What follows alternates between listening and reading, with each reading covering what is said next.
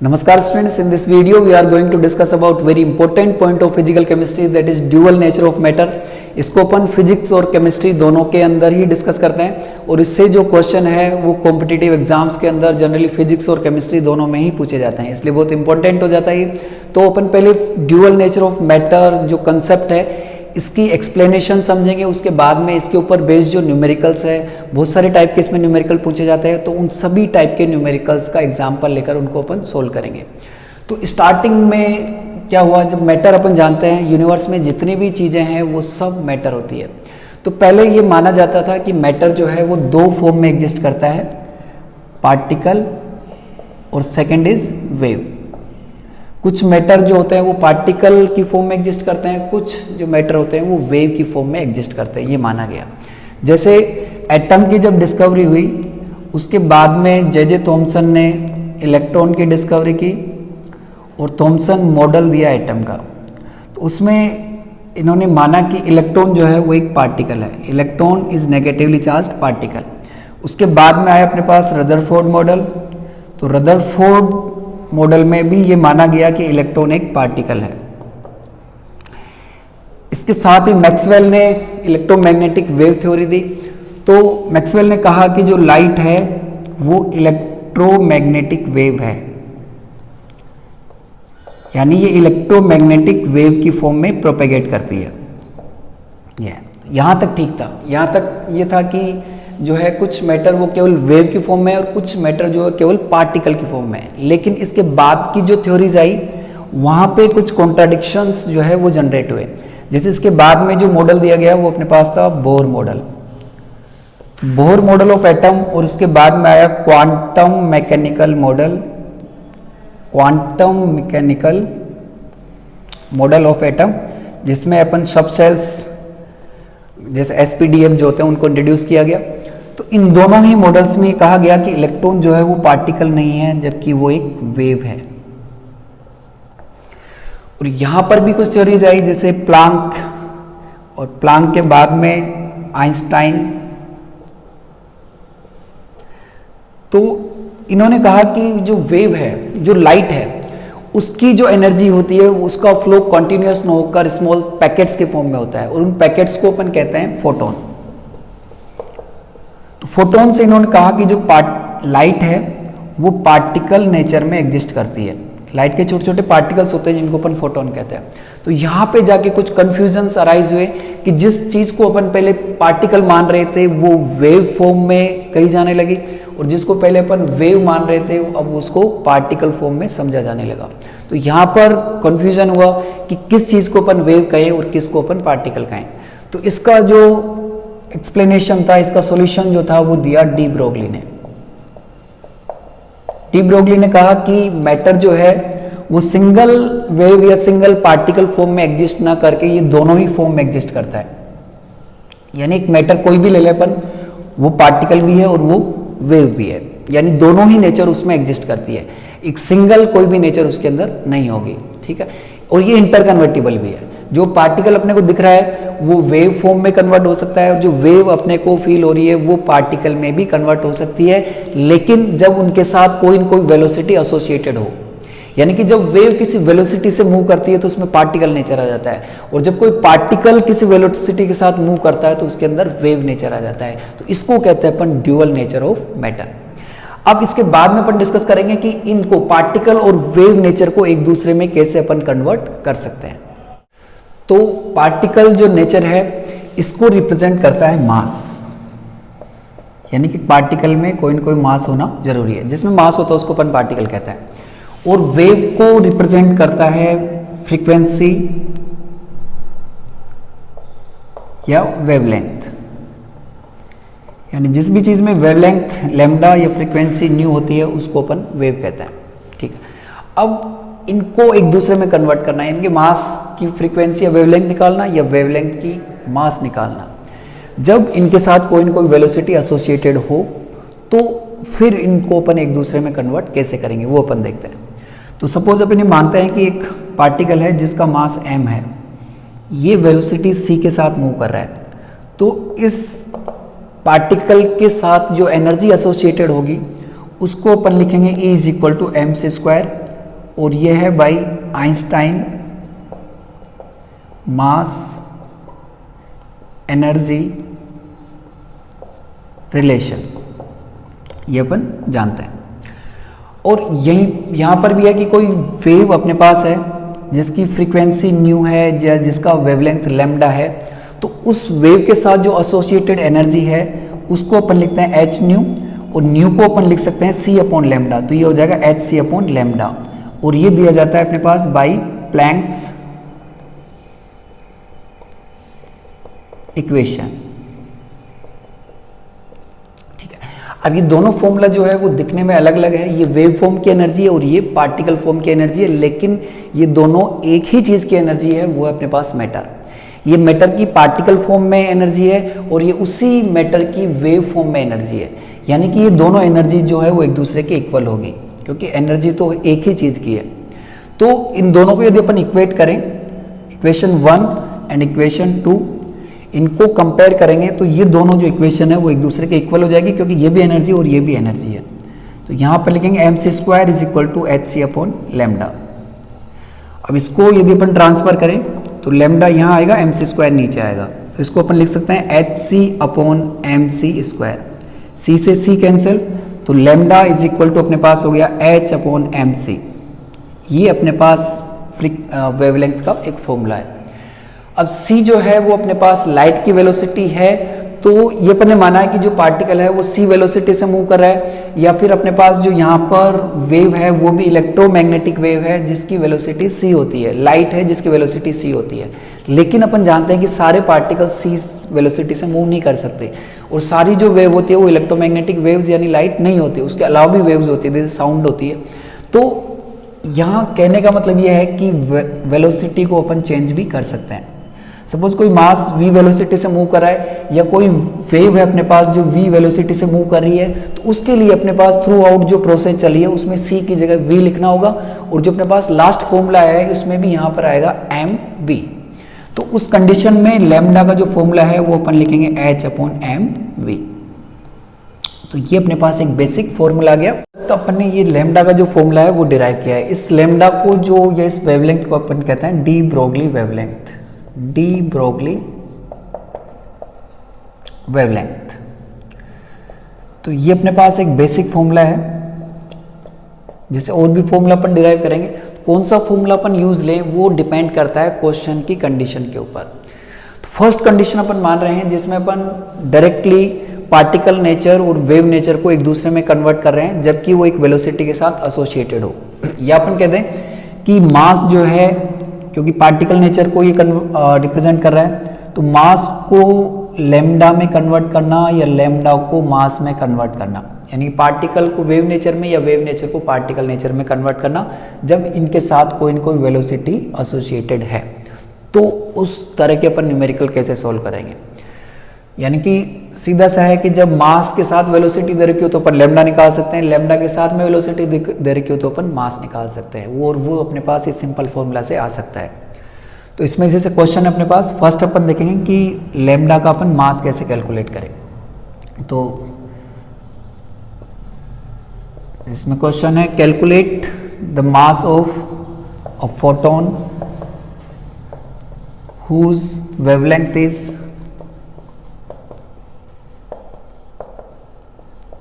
0.1 nanometre.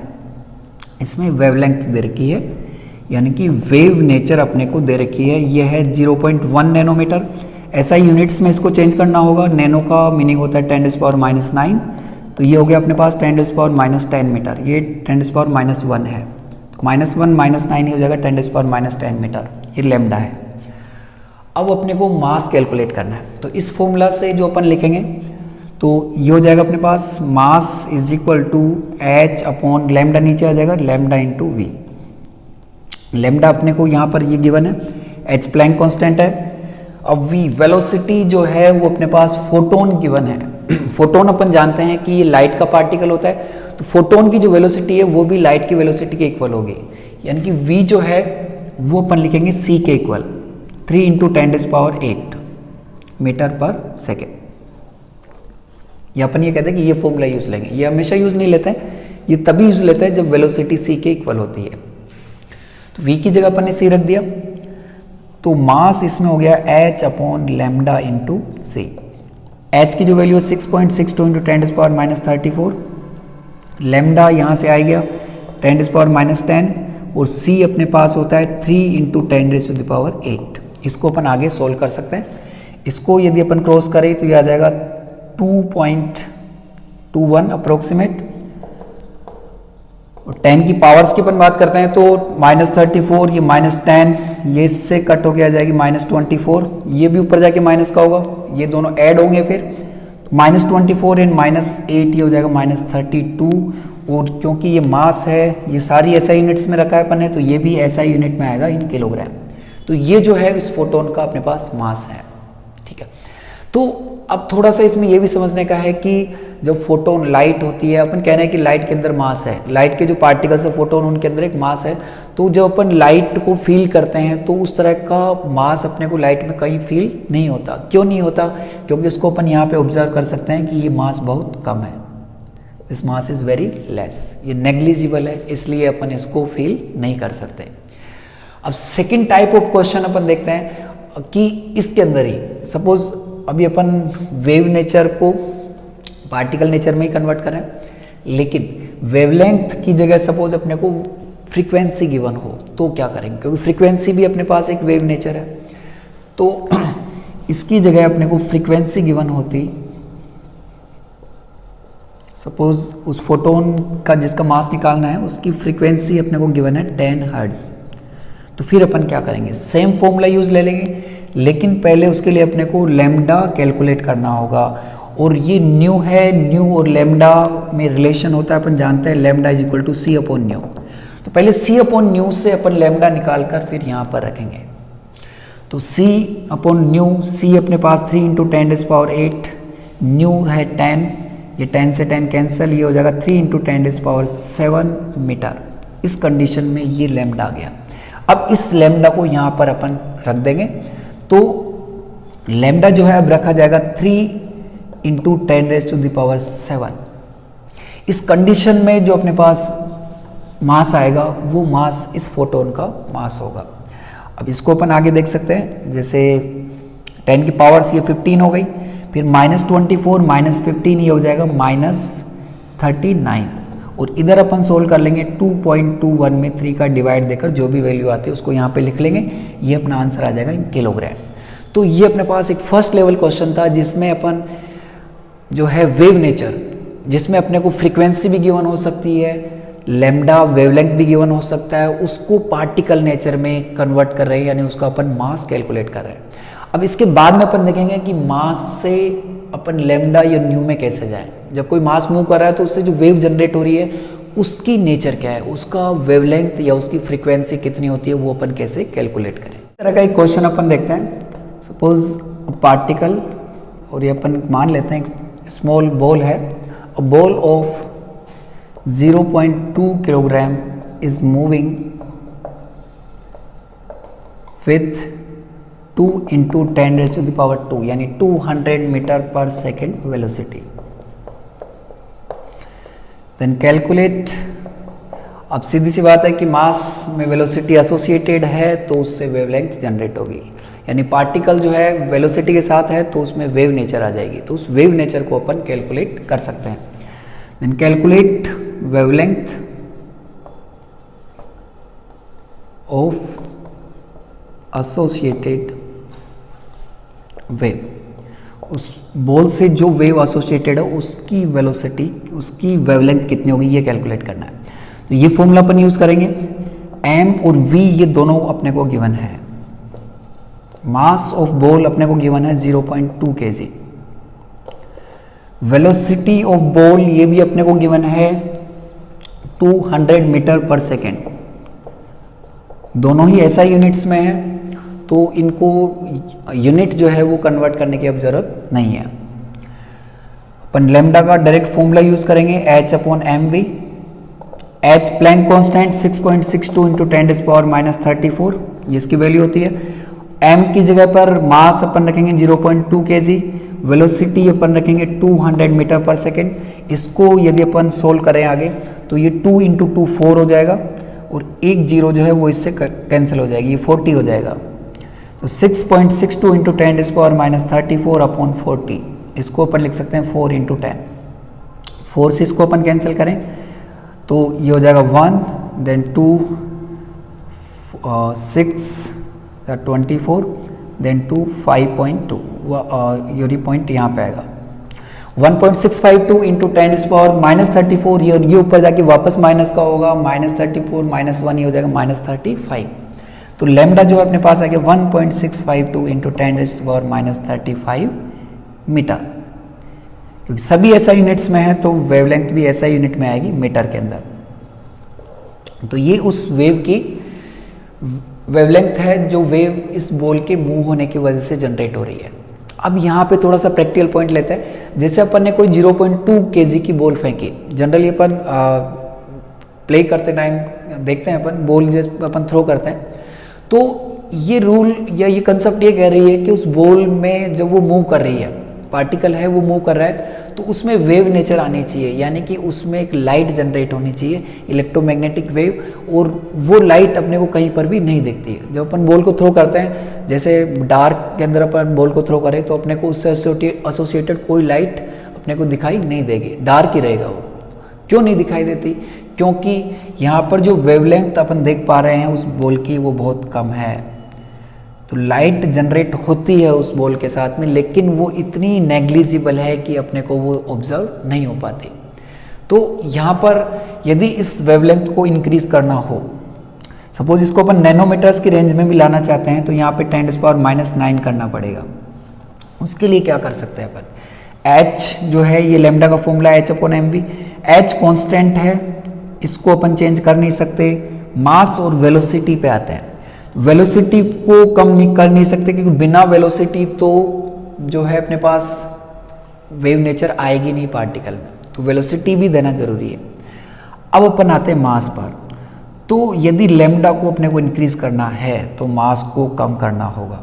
Velocity को भी कर सकते हैं, लेकिन वेलोसिटी को कम करेंगे तो फिर उसका वेव जनरेशन जो है पार्टिकल का वो नहीं हो पाएगा, तो वेलोसिटी को भी कम नहीं कर सकते। तो अपने पास एक ही चीज़ बची, मास, यानी कि लैम्डा को अपने को ऑब्जर्वेबल रेंज के अंदर लाना है तो मास को कम करना पड़ेगा। जब मास कम होगा तब लैम्डा अपने आप ही जो है इसकी वैल्यू बढ़ जाएगी, क्योंकि अपन जानते हैं कि ये डिनोमिनेटर है, जब डिनोमिनेटर कम होता है तो फ्रैक्शन अपने आप बढ़ जाती है। तो कहने का मतलब ये है कि मैक्रोस्कोपिक जो पार्टिकल्स होते हैं, जो बड़े पार्टिकल जैसे बॉल है या और कोई अदर चीज़ है, उसमें वेलोसिटीज आ रही है, तो उससे जो वेव जनरेटेड हो रही है, उससे एसोसिएटेड जो वेव्स है उनकी लैम्डा बहुत कम होती है, तो वो अपना ऑब्जर्व नहीं कर सकते। जबकि मास जब कम है, माइक्रोस्कोपिक पार्टिकल्स है, छोटे पार्टिकल है जिनका मास कम है, तो उनसे एसोसिएटेड जो लैम्डा होगा उसकी वैल्यू जो है वो उस रेंज में होगी जिससे अपन उसको ऑब्जर्व कर सकते हैं। तो इसलिए ये जो थ्योरी है वो माइक्रोस्कोपिक पार्टिकल्स पर ऑब्जर्वेबल है। अपन जो है अप्लाई सभी पार्टिकल्स पे कर सकते हैं, ठीक है, लेकिन ऑब्जर्वेबल प्रैक्टिकली अपन माइक्रोस्कोपिक पार्टिकल पर ही कर सकते हैं, जैसे इलेक्ट्रॉन है। इसीलिए अपन तो इसी वजह से अपन कहते हैं कि जब इलेक्ट्रॉन है माइक्रोस्कोपिक पार्टिकल से जब वो मूव कर रहे हैं तो उसके अंदर वेव नेचर आ जाती है, वो वेव में कन्वर्ट हो जाता है। अब सपोज वेवलेंथ के साथ साथ में अपन इसकी फ्रीक्वेंसी भी कैलकुलेट कर सकते हैं। क्वेश्चन में ये भी पूछा जा सकता है कि जो वेव जनरेट हो रही है उसकी फ्रीक्वेंसी कितनी है। तो अपना वही तरीका होगा, लैम्डा इसका अपन ने कैलकुलेट कर लिया। अब जब लैम्डा आ गया तो इससे अपन फ्रीक्वेंसी निकाल सकते हैं। लैम्डा अपने पास आ गया और लैम्डा से अपन जानते हैं फ्रीक्वेंसी कैसे निकालते हैं, nu is equal to C upon lambda. C है 3 × 10⁸, लैम्डा यहाँ से आ गया अपने पास 1.65 × 10⁻⁻35। इसको सोल्व करके अपन फ्रीक्वेंसी जो है वो हर्ट्ज के अंदर कैलकुलेट कर सकते हैं। ये जो आंसर आएगा वो अपने पास हर्ट्ज के अंदर आएगा। तो इस तरह से अपन ने ये बेसिक फॉर्मूला है, इसके बेसिस पे देखा कि कैसे जब वेलोसिटी के साथ में पार्टिकल नेचर है, यानी वेव पार्टिकल नेचर है, मास है, तो उससे अपन वेव नेचर यानी कि लैम्डा या न्यू कैसे निकाल सकते हैं। या फिर वेलोसिटी के साथ में जब वेव नेचर है यानी कि लैम्डा है या न्यू है, तो उससे अपन पार्टिकल नेचर यानी मास कैसे कैलकुलेट कर सकते हैं। ये चीज़ें अपन ने डिस्कस की। अब इसका नेक्स्ट फॉर्मूला अपन देखते हैं जिसमें लैम्डा को m और v के साथ एसोसिएट न करके मोमेंटम और काइनेटिक एनर्जी के साथ में एसोसिएटेड किया गया है। तो अभी तक अपन ने देखा lambda is equal to h upon M V. अब मास और वेलोसिटी दोनों गिवन नहीं हो, केवल मोमेंटम गिवन हो तो भी अपन इसको कैलकुलेट कर सकते हैं, क्योंकि एम वी जो होता है मास इंटू वेलोसिटी होता है p यानी कि मोमेंटम। अब इसको यहाँ पे अपन प्लेस करें तो लैम्डा जो है ये हो जाएगा अपने पास h अपॉन पी, यानी मोमेंटम गिवन हो तो उससे भी अपन डी ब्रोगली वेवलेंथ निकाल सकते हैं। मोमेंटम का जो है अपन प्लैंक कांस्टेंट के अंदर डिवीजन देंगे, डिवाइड देंगे तो अपने पास डी ब्रोगली वेवलेंथ आ जाएगी। इसी तरह काइनेटिक एनर्जी गिवन हो तो भी अपन लैम्डा कैलकुलेट कर सकते हैं। जैसे P और काइनेटिक एनर्जी इनमें रिलेशन है। काइनेटिक एनर्जी जो है इसका फॉर्मूला होता है half m into V square. अब दोनों साइड्स को अपन m से मल्टीप्लाई करेंगे और multiplying both sides by m। क्यों मल्टीप्लाई करेंगे? वो इसलिए करेंगे जिससे ये m स्क्वायर वी स्क्वायर हो जाए और m स्क्वायर वी स्क्वायर को अपन p स्क्वायर लिख सकते हैं। तो उससे अपन p और काइनेटिक एनर्जी में रिलेशन पुट कर सकते हैं। तो ये हो गया mass into kinetic energy equals to mass into kinetic energy equals to half m square V square. m square V square को अपन लिख सकते हैं m v का होल स्क्वायर। तो m into kinetic energy is equal to half और m v को अपन लिख सकते हैं p, तो ये हो गया p का होल स्क्वायर। तो अब p को जो है वो लिख सकते हैं p square is equal to 2 को अपन इधर ट्रांसफर किया 2 मास इंटू काइनेटिक एनर्जी। अब स्क्वायर हटाएंगे तो अपन यहाँ पे अंडर रूट लगाना जरूरी है, तो p इज इक्वल टू गया under root 2m kinetic energy. और इसको अपन ये जो इक्वेशन है अपने पास, जैसे 2 इक्वेशन पहले आ चुकी थी 3, इसको अपन 4 लिख देते हैं, तो इसमें यहाँ पर अपन ट्रांसफर कर सकते हैं। तो लैम्डा अपने पास हो गया h upon under root 2m के ई। ठीक है, ट्रांसफर किया अपन ने। क्यों किया इसको ट्रांसफर? वो इसलिए किया कि जैसे अपने पास मोमेंटम से लैम्डा निकालना हो तो अपन इससे निकाल सकते हैं, लेकिन काइनेटिक एनर्जी गिवन हो, ये अपन जानते हैं कि जैसे कोई मास है उसमें वेलोसिटी है तब उसमें लैम्डा आ रहा है। तो जब मास कोई है, जैसे पार्टिकल है उसके अंदर मास है, वो किसी वेलोसिटी से मूव कर रहा है तो उसके अंदर काइनेटिक एनर्जी भी होगी। तो काइनेटिक एनर्जी अपने को गिवन है, वेलोसिटी गिवन नहीं है। तो अभी तक अपन ने देखा lambda is equal to h upon M V. अब मास और वेलोसिटी दोनों गिवन नहीं हो, केवल मोमेंटम गिवन हो तो भी अपन इसको कैलकुलेट कर सकते हैं, क्योंकि एम वी जो होता है मास इंटू वेलोसिटी होता है p यानी कि मोमेंटम। अब इसको यहाँ पे अपन प्लेस करें तो लैम्डा जो है ये हो जाएगा अपने पास h अपॉन पी, यानी मोमेंटम गिवन हो तो उससे भी अपन डी ब्रोगली वेवलेंथ निकाल सकते हैं। मोमेंटम का जो है अपन प्लैंक कांस्टेंट के अंदर डिवीजन देंगे, डिवाइड देंगे तो अपने पास डी ब्रोगली वेवलेंथ आ जाएगी। इसी तरह काइनेटिक एनर्जी गिवन हो तो भी अपन लैम्डा कैलकुलेट कर सकते हैं। जैसे P और काइनेटिक एनर्जी इनमें रिलेशन है। काइनेटिक एनर्जी जो है इसका फॉर्मूला होता है half m into V square. अब दोनों साइड्स को अपन m से मल्टीप्लाई करेंगे और multiplying both sides by m। क्यों मल्टीप्लाई करेंगे? वो इसलिए करेंगे जिससे ये m स्क्वायर वी स्क्वायर हो जाए और m स्क्वायर वी स्क्वायर को अपन p स्क्वायर लिख सकते हैं। तो उससे अपन p और काइनेटिक एनर्जी में रिलेशन पुट कर सकते हैं। तो ये हो गया mass into kinetic energy equals to mass into kinetic energy equals to half m square V square. m square V square को अपन लिख सकते हैं m v का होल स्क्वायर। तो m into kinetic energy is equal to half और M V को अपन लिख सकते हैं p, तो ये हो गया p का होल स्क्वायर। तो अब p को जो है वो लिख सकते हैं p square is equal to 2 को अपन इधर ट्रांसफर किया 2 मास इंटू काइनेटिक एनर्जी। अब स्क्वायर हटाएंगे तो अपन यहाँ पे अंडर रूट लगाना जरूरी है, तो p इज इक्वल टू गया under root 2m kinetic energy. और इसको अपन ये जो इक्वेशन है अपने पास, जैसे 2 इक्वेशन पहले आ चुकी थी 3, इसको अपन 4 लिख देते हैं, तो इसमें यहाँ पर अपन ट्रांसफर कर सकते हैं। तो लैम्डा अपने पास हो गया h upon under root 2m के ई। ठीक है, ट्रांसफर किया अपन ने। क्यों किया इसको ट्रांसफर? वो इसलिए किया कि जैसे अपने पास मोमेंटम से लैम्डा निकालना हो तो अपन इससे निकाल सकते हैं, लेकिन काइनेटिक एनर्जी गिवन हो, ये अपन जानते हैं कि जैसे कोई मास है उसमें वेलोसिटी है तब उसमें लैम्डा आ रहा है।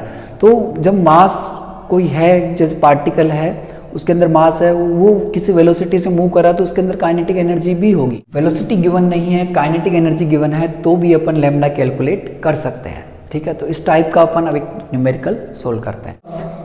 Suppose a particle of 0.5 gram mass has 5 joule kinetic energy, then calculate the de Broglie wavelength।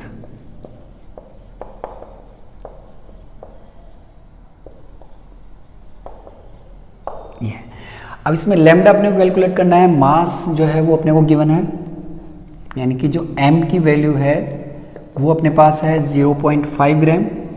इसको SI यूनिट में लिखना होगा केजी में, क्योंकि अपने पास काइनेटिक एनर्जी जूल में है, SI यूनिट्स में है। तो 0.5 ग्राम को अपन लिख सकते हैं 0.5 इंटू 10⁻³ kg। इसको और सिंपल बना सकते हैं 5 इंटू 10⁻⁴ kg। ये अपने पास मास आ गया। काइनेटिक एनर्जी अपने को गिवन है 5 जूल। अब इन दोनों को अपन यहाँ पे पुट करते हैं और लैम्डा को कैलकुलेट करते हैं। तो लैम्डा अपने पास है h/√2m इंटू ke। अब इसको अपन पुट करें तो लैम्डा अपने पास आ गया, h की वैल्यू फिक्स है, ये कांस्टेंट 6.62 इंटू 10⁻34 SI यूनिट्स में जूल सेकेंड के अंदर, अपॉन √2 की जगह 2 आएगा। मास जो है अपन यहाँ से लिखेंगे 5 इंटू 10⁻⁴ इंटू काइनेटिक एनर्जी अपने पास है 5 जूल। इसको अपन ने यहाँ पे रख दिया। अब इसका अपन अंडर निकालें, देखो सीधा सीधा सा है, ये तो आ गया अपने पास 6.62 इंटू 10⁻34 डिवाइडेड, ये अपने पास √2 अपन ने बाहर ले लिया, √5 इंटू 5, इसका अंडर आ जाएगा 5, और √10⁻⁴, इसका अंडर आएगा 10⁻²। तो ये अपने पास सिंपल सा एक कैलकुलेशन हो गया। और √2 को जो है वो अपन लिख सकते हैं 1.4। इसको अपन आगे कैलकुलेट कर सकते हैं इसको सोल्व करने के लिए। सपोज इसको अपन देखें तो ये अपने पास आ गया 10⁻², 10⁻34 में से -2 अपन माइनस करेंगे, ये कैंसिल होंगे तो ये बच जाएगा -32। 6.62 यहाँ पर है, और इसको यदि अपन मल्टीप्लाई करें तो ये 7.0 होगा। तो इसका अपन इसमें डिवाइड देंगे, यदि ऑप्शन है तो अपन देख सकते हैं कि ये वैल्यू अबाउट 0.9 के अप्रोक्सीमेट होगी।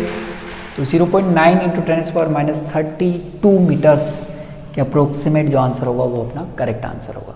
तो इस तरह से अपन काइनेटिक एनर्जी से भी लैम्डा कैलकुलेट कर सकते हैं। अब इसके अपन आगे देखते हैं, इसमें अब चार्ज इंट्रोड्यूस होगा, जैसे charge and potential difference V। ये अपन जानते हैं किसी चार्ज को अपन किसी वोल्टेज के अंदर या पोटेंशियल डिफरेंस के अंदर रखते हैं तो वो मूव करने लगता है। तो जब चार्ज मूव करता है और उस चार्ज के अंदर मास भी है, तो उस मोमेंट की वजह से उसके अंदर लैम्डा जनरेट होगा। तो वो लैम्डा चार्ज पार्टिकल्स का कितना होगा वो अपन कैसे कैलकुलेट करके वो यहाँ पर अपन देखेंगे। और उसके साथ साथ में प्रोटॉन और इलेक्ट्रॉन का जो लैम्डा है, चार्ज पार्टिकल में अपन प्रोटॉन और इलेक्ट्रॉन को भी इंट्रोड्यूस करेंगे, उनका जो लैम्डा है वो कैसे कैलकुलेट करेंगे वो भी अपन यहाँ पर देखेंगे। पहले अपन लैम्डा और जो वोल्टेज है उसके बीच में जो रिलेशन है वो अपन डिराइव करेंगे। तो लैम्डा का जो फॉर्मूला है काइनेटिक एनर्जी के फॉर्म में वो अपन लिखा है lambda is equal to h/√2m into kinetic energy, ये फॉर्मूला है। अब इसमें काइनेटिक एनर्जी को जो है अपन वोल्टेज से रिलेट कर सकते हैं। जैसे एक कोई चार्ज है Q, उसको अपन ने V वोल्टेज के अंदर रखा है। तो V वोल्टेज के अंदर रखने पर ये जो चार्ज है ये मूव करने लगेगा, ठीक है। अब इसके मूवमेंट की वजह से इसमें जो काइनेटिक एनर्जी आएगी उसको अपन लिख सकते हैं Q इंटू V। ऐसा क्यों है? जैसे अपन पोटेंशियल डिफरेंस या वोल्टेज को डिफाइन करते हैं, तो पोटेंशियल डिफरेंस या वोल्टेज की अपने पास डेफिनेशन होती है the work done to carry unit charge from one point to another point. तो यहाँ से जो वर्क का अपने पास फॉर्मूला बनता है वो बन जाता है वोल्टेज इंटू चार्ज। और ये जो वर्क है वो ही काइनेटिक एनर्जी में कन्वर्ट होगा। जब ये चार्ज जो है वो मूव कर रहा है और इसको मूव करने के लिए जो वोल्टेज वर्क कर रहा है वो इसकी काइनेटिक एनर्जी होगी। ये वर्क एनर्जी थ्योरम से होता है। तो यहाँ से जो वर्क है उसी को अपन लिखेंगे काइनेटिक एनर्जी। तो काइनेटिक एनर्जी जो है इसका फॉर्मूला आ गया अपने पास वोल्टेज इनटू चार्ज। तो इस फॉर्मूला को अपन यहाँ पर पुट कर सकते हैं। तो अपने पास जो लेमडा है इसका अपने पास फॉर्मूला आ गया H अपॉन √2 इंटू मास इंटू काइनेटिक एनर्जी की जगह अपन लिख दिया वोल्टेज इंटू चार्ज। तो ये चार्ज्ड पार्टिकल के ऊपर फॉर्मूला लगता है जिनके अंदर मास भी है और उनको किसी वोल्टेज V के अंदर रखा गया है। तो जब वो मूव करेंगे तो अपन जानते हैं कि मास वाला जो चार्ज है जब वो मूव कर रहा है तो उसके अंदर लेमडा जनरेट होगा, उसके अंदर भी वेव नेचर आएगी। उसको अपन इस फॉर्मूला से कैलकुलेट कर सकते हैं। अब सपोज यहाँ पर एक क्वेश्चन है, जैसे a particle, a charged particle of 0.3 kg mass, 0.2 kg of mass and 4 coulomb of charge is placed in 16 voltage of potential difference. Then calculate de Broglie wavelength. Calculate de Broglie wavelength.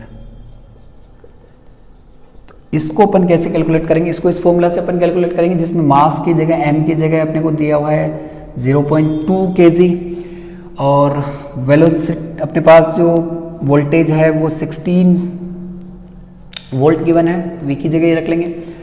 Charge जो है वो अपने को 4 coulomb given है और wavelength जो है वो लेमडा अपने को कैलकुलेट करनी है। तो लेमडा को अपन इन वैल्यूज़ को रखकर पुट करके कैलकुलेट कर सकते हैं। यूनिट कन्वर्जन का कोई अपने पास यहाँ पर जो रोल होगा नहीं, कोई केस नहीं है, क्योंकि जो सभी अपने पास है वो ऐसा यूनिट्स है, सभी क्वांटिटीज़ की जो यूनिट्स है वो ऐसा यूनिट्स है। तो डायरेक्ट अपन पुट करेंगे और लेमडा को कैलकुलेट कर लेंगे। तो इसको यदि अपन कैलकुलेट करें तो लेमडा जो है वो अपने पास आएगा, lambda is equal to h की जगह पर रखें 6.62 × 10⁻34 डिवाइडेड बाई √2 इंटू मास है 0.2 इंटू जो वोल्टेज है वो है 16 इंटू जो चार्ज है वो अपने पास है 4। ठीक है, इसको अपन 2 ही कर लेते हैं, जल्दी सोल्व होगा। 2 किलोग्राम कर लिया अपन ने। अब ये लेमडा जो अपने पास आएगा 6.62 × 10⁻34, 2 इंटू 2 का √2 हो गया, 16 का √4 हो गया और 4 का √2 हो गया। तो ये हो गया 16। तो 6.62 अपॉन 16 इंटू 10⁻34 ये आएगा मीटर्स के अंदर। तो ये लेमडा अपने पास आ गया। तो ये अपने पास था एक किसी भी चार्ज पार्टिकल के लिए। अब अपन इन चार्ज पार्टिकल्स को जो है वो लिमिट कर देते हैं, यानी कि ये चार्ज पार्टिकल इलेक्ट्रॉन है या प्रोटॉन है। तो उस कंडीशन में उसका जो इलेक्ट्रॉन या प्रोटॉन जिसको V वोल्टेज के अंदर रखा गया है, और उनके अंदर अपन जानते हैं कि मास भी होता है, मास of electron, mass of proton. तो जब वो मूव करने लगेगा वोल्टेज के वर्क की वजह से, तो उस मूवमेंट की वजह से उसमें जो वेव जनरेट होगी उस वेव का लेमडा कितना होगा उसका अपन फॉर्मूला बनाकर उनका क्वेश्चन सोल्व करेंगे। लेमडा का जो अपने पास फॉर्मूला अपन ने लिखा ये है अपने पास h upon √2m⁴ into v। ये अपने पास लेमडा का फॉर्मूला है उस चार्ज के लिए, जिस पार्टिकल जिसका चार्ज q है और उसको v वोल्टेज में रखा गया है और उसका मास m है। तो यहाँ पर मान लेते हैं कि ये इलेक्ट्रॉन है, ये जो चार्ज पार्टिकल है वो इलेक्ट्रॉन है। तो जब इलेक्ट्रॉन को v वोल्टेज में रखते हैं और वो मूव करने लगता है तो उसका जो एसोसिएटेड जो लेमडा है वो कितना होगा। तो उसके लिए अपने पास h अपॉन √2m की जगह इलेक्ट्रॉन का मास होगा क्योंकि पार्टिकल अपन ने इलेक्ट्रॉन लिया है, q की जगह अपने पास चार्ज ऑफ इलेक्ट्रॉन होगा e और v की जगह होगा v। यदि इन्हीं चीज़ों को अपन प्रोटॉन्स के ले लेते हैं, सपोज ये पार्टिकल प्रोटॉन है, तो उस कंडीशन में लेमडा क्या होगा, उस कंडीशन में ये जो मास और चार्ज है वो अपन प्रोटॉन का रख लेंगे। तो अपने पास आ जाएगा √2 into mass of proton into charge of proton, वो भी e होता है। ये माइनस e है, ये प्लस e है, लेकिन वैल्यूज सेम है, यहाँ पर मैग्नीट्यूड ही रखा जाएगा इंटू वोल्टेज v। अब सपोज ये अपने को अल्फा पार्टिकल का भी पूछा जा सकता है, क्योंकि अल्फा पार्टिकल भी चार्ज पार्टिकल है जिस पे +2 पार्ट चार्ज आता है He2+। तो इसका यदि लैम्डा कैलकुलेट करना हो तो ये हो जाएगा H/√2 into mass of alpha into charge of alpha into V। अब यहाँ से अपन देखते हैं तो H कांस्टेंट है सबके लिए, मास भी सबके कांस्टेंट है, 2 कांस्टेंट है, सबके चार्ज भी कांस्टेंट है। केवल जो वेरिएबल जो चीज़ है वो अपने पास केवल वोल्टेज है, पोटेंशियल डिफरेंस है जिनमें इन पार्टिकल्स को रखा गया है। तो इसको छोड़ के बाकी सभी कांस्टेंट्स को अपन रखकर इनका एक सिंगल कांस्टेंट बना सकते हैं, क्योंकि इन सभी कांस्टेंट वैल्यूज़ को अलग अलग रखकर सभी न्यूमेरिकल्स में इनको बार बार अपन सोल्व करें, उससे बढ़िया है कि इस कंप्लीट कांस्टेंट का सबके अंदर जो ये कांस्टेंट आ रहा है इसकी वैल्यू क्या है इलेक्ट्रॉन के लिए, प्रोटॉन के लिए और अल्फा पार्टिकल के लिए, वो अपन एक बार ही लर्न कर लें। तो इनकी वैल्यूज यदि अपन देखें तो ये 6.62 इंटू 10⁻34 सभी SI यूनिट्स में ले रहे हैं अपन, upon √2 into mass of electron 9.1 into 10⁻31 kg, charge of electron 1.6 into 10⁻19 coulomb and voltage V ही रहेगा। ठीक है, इसके साथ में यहाँ पर ये लैम्डा ऑफ इलेक्ट्रॉन है। अब लैम्डा ऑफ प्रोटॉन अपने को निकालना हो तो H again 6.62 into 10⁻34 divided by √2 into mass of proton, ये होता है अपने पास 1.67 into 10⁻27 in kg, and charge जो है वो इतना ही रहेगा जितना कि अपने पास इलेक्ट्रॉन में था, 1.6 इंटू 10⁻19, और V जो है वो वोल्टेज V ही रहेगा। अब अपन अल्फा पार्टिकल की बात करें तो अल्फा के लिए ये जो वैल्यूज़ है, जैसे अपन H की बात करें 6.62 into 10⁻34 divided by √2 mass of alpha. Mass of alpha कितना होगा, तो अल्फा के अंदर अपने पास 2 प्रोटॉन होते हैं, 2 न्यूट्रॉन होते हैं, तो टोटल 4 पार्टिकल हो गए, और एक प्रोटॉन या न्यूट्रॉन का जो मास है वो अप्रोक्सीमेट 1.67 इंटू 10⁻27 होता है। तो 4 प्रोटॉन और इलेक्ट्रॉन का जो मास है वो 4 इंटू 1.67 इंटू 10⁻27 होगा, क्योंकि अल्फा यदि अपन देखते हैं तो अल्फा होता है हीलियम का पार्टिकल, जिसमें से 2 इलेक्ट्रॉन अपन ने रिलीज कर दिए, 2 इलेक्ट्रॉन रिमूव कर दिया। अपने पास हीलियम में प्रोटॉन होते हैं 2, न्यूट्रॉन भी 2 होते हैं, इलेक्ट्रॉन भी 2 होते हैं, तो 2+ चार्ज की वजह से अपन ने 2 इलेक्ट्रॉन रिलीज कर दिए, पर उसके बाद भी अल्फा पार्टिकल के अंदर 2 प्रोटॉन और 2 न्यूट्रॉन बचे हुए रहता है, तो उनकी वजह से ये मास आता है। चार्ज की अपन बात करें, 2 इलेक्ट्रॉन निकलने की वजह से 2+ चार्ज है, तो इसका डबल चार्ज होगा। ये +1 एक प्रोटॉन का चार्ज है, यहाँ पर इसका डबल चार्ज होगा, यानी 2 इंटू 1.6 इंटू 10⁻19, और V की जगह यहाँ पर √V ही रहेगा। V के अलावा बाकी जो सभी वैल्यूज़ है उनके कांस्टेंट वैल्यूज़ है, उनकी वैल्यूज़ अपन ने रख दी। तो इन सभी को कैलकुलेट करने के बाद में यहाँ पे जो वैल्यूज़ आती है वो आती है 12.27 इंटू 10⁻10 अपॉन में √V मीटर। यहाँ पे जो अपने पास वैल्यू आती है प्रोटॉन के लिए वो अपने पास आती है 0.2863 upon √V into 10⁻10 into meter. Alpha के लिए जो वैल्यू आती है वो अपने पास आती है 0.101 अपॉन √V और इंटू 10⁻10 मीटर। अब 10⁻10 मीटर को सब में अपन एंगस्ट्रॉम लिख सकते हैं, तो ये जो वैल्यू है वो अपने पास हो जाएगी एंगस्ट्रॉम। यहाँ पे 10⁻10 मीटर की जगह अपन लिख दिया एंगस्ट्रॉम, और यहाँ पर भी अपन लिख दिया एंगस्ट्रॉम। तो अपने पास बिल्कुल जो है रेडीमेड एक तरह से इनके फॉर्मूले तैयार है। जैसे इलेक्ट्रॉन को V वोल्टेज में रखा है तो उसकी वेवलेंथ यहाँ से आ जाएगी, केवल अपने को वोल्टेज को यहाँ पर रखने की ज़रूरत है। किसी प्रोटॉन को V वोल्टेज में रखा है तो उससे जो वेवलेंथ जनरेट हो रही है उसके लिए केवल यहाँ पे उस वोल्टेज की वैल्यू रखनी है और अपने पास लैम्डा आ जाएगा। किसी अल्फा पार्टिकल को V वोल्टेज में रखा है और उसकी वजह से अल्फा पार्टिकल मूव कर रहा है और उसके अंदर जो डी ब्रोगली वेवलेंथ आई है उसके लिए अपने को यहाँ पर वोल्टेज रखना है बस, और अपने पास लैम्डा आ जाएगा। तो इस तरह से अपने इन क्वेश्चंस को सोल्व कर सकते हैं। तो जो क्वेश्चन है, an electron is accelerated by 100 volt voltage, then calculate de Broglie wavelength।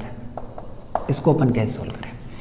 तो इसका आंसर यदि अपन निकालते हैं तो लैम्डा ऑफ इलेक्ट्रॉन ही अपन जानते हैं 12.27 upon under root V angstrom. तो अपने को बस v की वैल्यू रखनी है, तो ये आ गया 12.27 upon under root 100। Under root 100 होता है अपने पास 10, तो ये अपने पास आ गया 1.227 एंगस्ट्रॉम। सिंपल फॉर्मूला है और सिंपल अपने पास क्वेश्चन है। अब सपोज इस इलेक्ट्रॉन की जगह पर प्रोटॉन गिवन होता तो अपन क्या करते हैं? तो केवल ये कि जो constant value under root V के ऊपर आ रही है ये चेंज होती। तो लैम्डा ऑफ प्रोटॉन में ये जो वैल्यू है वो अपन जानते हैं ये कितनी होती है, अभी अपन लिखी थी 0.863।